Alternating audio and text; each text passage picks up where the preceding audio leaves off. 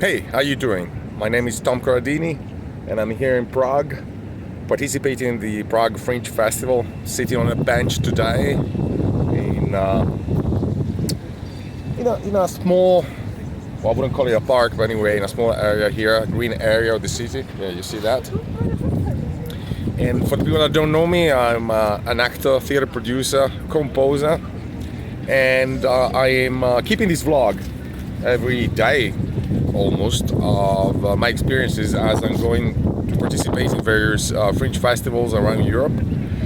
And also it just happened I will go around this summer a lot, so I'll be heading to Athens next with the show I have here, which is titled The Shaolin Clown. And today's rant, it's gonna be a rant really, more than a piece of advice, is about theater.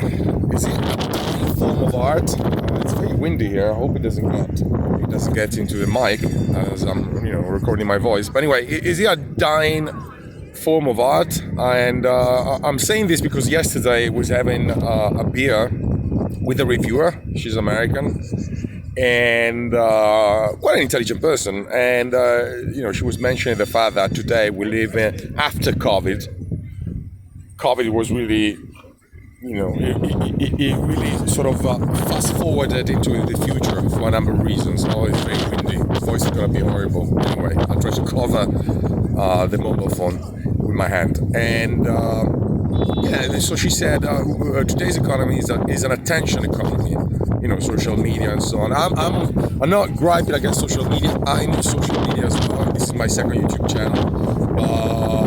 So it's not that you cannot fight progress. You need to follow it in a way. But the picture is kind of worrisome for live theater. Well, now, why is that? Well, this year and the previous year, I really traveled a lot, and I've been to Vietnam, South Korea, Australia. I performed in China, India, Germany, France. I'm in the Czech Republic right now. I'm going to Greece, and wherever I went, everybody's telling me how COVID affected in a way audience composition. That is to say, the audience is kind of younger compared to the past, but most of all, the fact that it's just very hard nowadays to take people to a venue. So, for example, I was speaking with a friend of mine. His name is Roger, and he ran a theater in Brighton for several years, I think 10 years. And he mentioned the fact that at the Brighton Fringe, which is the second biggest fringe in the UK after Edinburgh, in lots of venues, basically pre-sales are non-existent. People come and buy the ticket right on the day. So there is not that much of the audience doesn't plan any longer. There's not, they cannot act on the spur of the moment. And really it's the same story all over. I was in Seoul last year, and I performed at the World Duo Performing Arts Festival. And Seoul is an incredible city. In the neighborhood where we performed, we were too. There's a book on Amazon about that. Yeah, it will appear right now. But anyway, in the neighborhood where we performed, there were 100 theaters. Okay, let me repeat that. In the neighborhood of Seoul where we performed, there were 100 theaters. And people were telling me that now there are over capacity, so probably 20 theaters have to go. In Italy, one theater every 5 shut down after COVID. So it was a big bash for the industry. But the problem is not that. Like I said, the problem is that right now in the entertainment industry, we really have a direct competition with mobile devices and Netflix and so on and so forth. And lots of people just don't.